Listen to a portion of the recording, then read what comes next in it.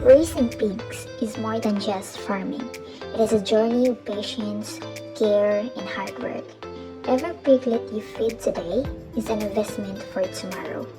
Pigs will teach you discipline because they need you every single day. They will teach you responsibility because their growth depends on your hands. Pigs are also going to teach you hope because every challenge, whether it's sickness, expenses, or sleepless nights, reminds you that success takes sacrifice. When you look at your pigs, don't just see animals, see opportunities, see your future, see the reward of your consistency.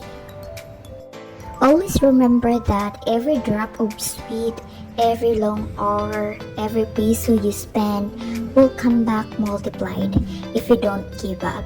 So keep going, feed them with love, raise them with care, and believe in your dream. Because one day, those pigs will not only feed your family, they will be proof that your effort, your persistence, and your faith were all worth it.